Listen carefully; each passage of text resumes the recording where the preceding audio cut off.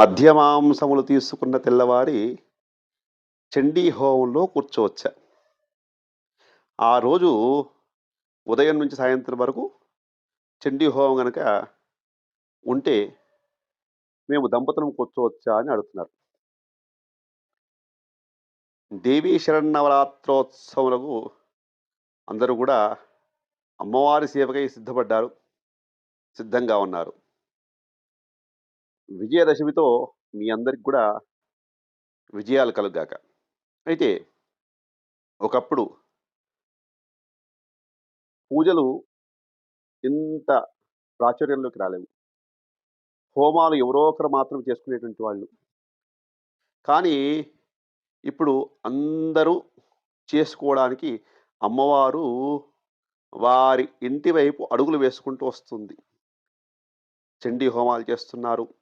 వివిధ రకాల హోమాలన్నీ చేస్తున్నారు.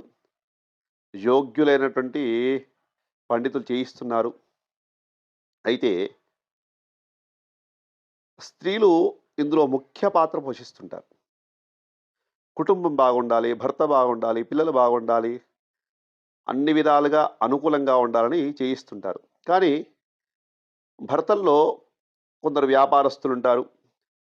వారికి నిత్యము స్నేహాలు, లేకపోతే బయట మధ్య మాంసము లేనటువంటి యొక్క రోజు ఉండకుండా ఉంటుంది. రకరకాల సమస్యలుంటాయి. కొందరేమో నిష్టగా ఉంటారు నవరాత్రుల్లో. అలా నిష్టగా లేనప్పుడు మరి భార్యకేమనిపిస్తుందంటే, మా భర్తను గూడా పూజలో కూర్చోబెడితే బావుంటుంది గదా! ఇద్దరం కలిసి కూర్చోవాలి గదా పూజలో అంటే వాస్తవమే. ఖచ్చితంగా హోమంలో, పూజలో ఖచ్చితంగా కూర్చోవాలి. గ్రామాచారాల్లో మధ్య మాంసములు వేస్తారేమో కానీ, ఇక్కడ చండీ హోమాలు, నవరాత్రుల్లో మాత్రం అలాంటివుండవు. అది ముందు తెలుసుకోవాలి. కాబట్టి దయచేసి ముందు రోజు నిష్టగా ఉండే ప్రయత్నం చేయండి. మద్యము, మాంసం లేకుండా. చేసుకునేటువంటి రోజు అదే విధంగా, తెల్లవారి గూడా అదే విధంగా. అంటే 3 రోజులు ఖచ్చితంగా ఉండగలిగితే మీకు ఆ అమ్మవారి యొక్క ఫలితం దక్కుతుంది. లేదా తిన్న ఆహారము, తీసుకున్నటువంటి యొక్క మద్యము ఆ యొక్క శరీరంలోనే ఉండిపోయి తామస గుణాన్ని లేక రజోగుణాన్ని తీసుకొస్తుంది.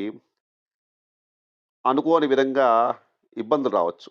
కాబట్టి అమ్మవారి అనుగ్రహం చక్కగా లభించాలంటే సాత్విక ఆహారం తీసుకొని ఖచ్చితంగా కూర్చోవచ్చు. అందరికి కూడా శుభం జరుగుతుంది. అమ్మవారి అనుగ్రహం లభించుగాక.